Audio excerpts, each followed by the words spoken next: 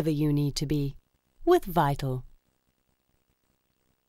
Today is World Water Day, and as important as water is to the world and to the environment, it's also very, very important to you. Here's a bit of a medical statistic for you, or a fact rather. When you're born, your body consists of 90% water. As you grow up into adulthood, it decreases to 70%, and as you get older, it goes to 50%. So clearly very, very important. And together with Andrea from Vital today, we're going to discuss the importance of water. So Andrea, firstly, other than the obvious, why is water so important to us?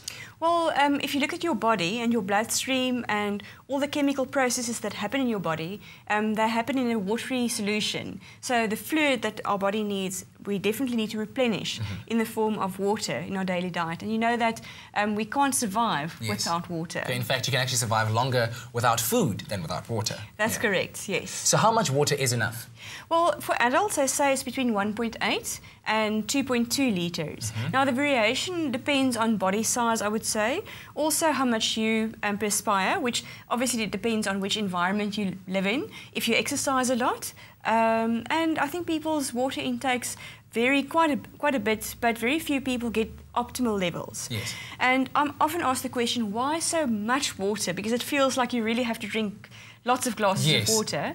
And you've got to time it every 3 hours water, 3 hours water, that kind of thing. So well, not exactly, but it is actually a good point that you're making. They say for optimal hydration, your fluid intake should be spread out through the day. So after a long day, you can't really catch up for the lost water that or the water that you didn't consume. Wow, okay. But basically what I wanted to say is that regular water intake is very healthy, and the way that we get our water is in different formats. So we have a display here with rooibos tea, for instance, and we discussed before that rooibos tea is the one drink that does count as water in your diet, provided that there's no sugar added or milk added. Or in my case, just a little bit of honey, just a tad bit, but not too much of it as well. And you can add some lemon juice or some fresh lemon slices.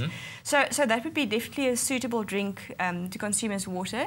And then I need to ask you now, with all these other beverages, we've got a cola drink here, some juice, normal water and coffee. Which of these form part of your daily water intake? I must say, most of all, I drink. I drink a lot of rooibos tea. I'm still on that 6 weeks, 6 cups per day thing. With each supper, I kind of alternate between the cola drink or a juice. I try and get some water in. I've got one of those self-filtering bottles of water. Coffee, about 2 cups a day. Okay, well, you're almost there at the healthy balance, because, I mean, cola drinks, they definitely feature at special occasions and parties and things like that, which I think we should try and keep it more to those. Fruit juice is very healthy, but it's ideal for people that have that need lots of energy. If you look at how long your days are sometimes, and to keep that balance and all of that. And especially children that play sports at school. However, people that battle with weight should rather eat fresh fruits and drink water. What about flavoured water, though? Flavoured water, does it count as water? No, unfortunately not. You know, flavoured water, if you look at a gassy cold drink like this, for instance, it's basically carbonated water plus sugar plus flavouring plus colorant.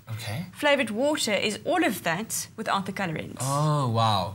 And lots of the waters contain lots of sugar, which diabetics should know about. And it's not always easy. I find it difficult sometimes if I look at the labels to distinguish which ones contain the highest sugar levels or contain sugar, but most of them do. There are a few artificially sweetened ones that are sugar-free, but I would say rather plain water is a better option, Can one drink too much water? Yes, you can. And that was sort of a big focus with endurance training a few years ago, when a few athletes died because of overhydration. Whoa. And it's not a common thing, but that's if you take excessive amounts of water, especially if your body's under stress. So don't think if you drink 2 or 3 litres of water, anything bad will happen. So we're talking literally having a little water pump going. It's excessive intake can be bad for us. So too little can kill us, potentially.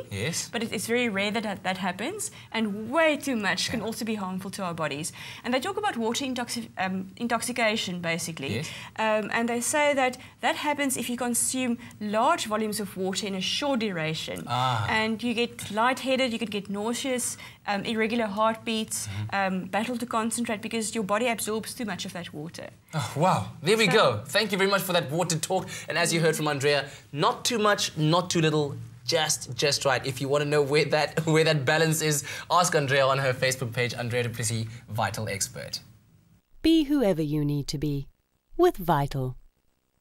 Stay with Espresso and SABC3.